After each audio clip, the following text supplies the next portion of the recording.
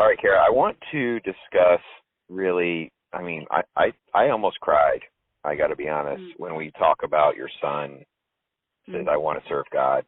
I can serve God now. I couldn't do it justice other than just reading it, which obviously isn't the right thing to do.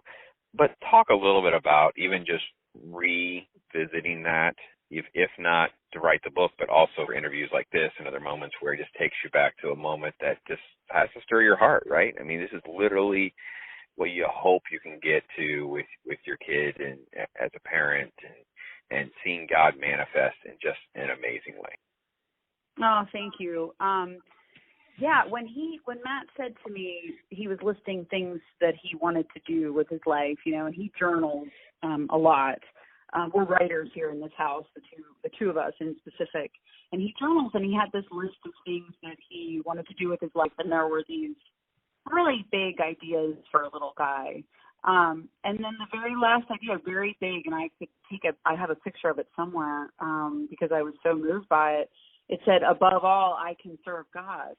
And I thought, well, what? Like, that's amazing. So can I. I'm so caught up in how, these ins and outs of life and plans and goals and aspirations. But I think that for us all, if we start by serving God, the rest of it does seem to fall in place.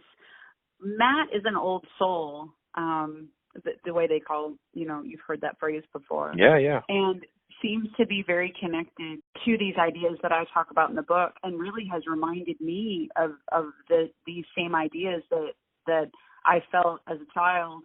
And he's very similar in some ways, not in all, but to the way I was as a kid.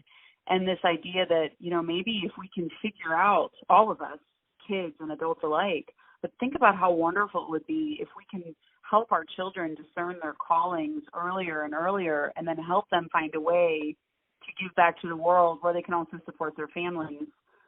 I think that's, if we could really shift, education even in that focus, I think it would be really amazing. And so we talk a lot in this house about spirit gifts.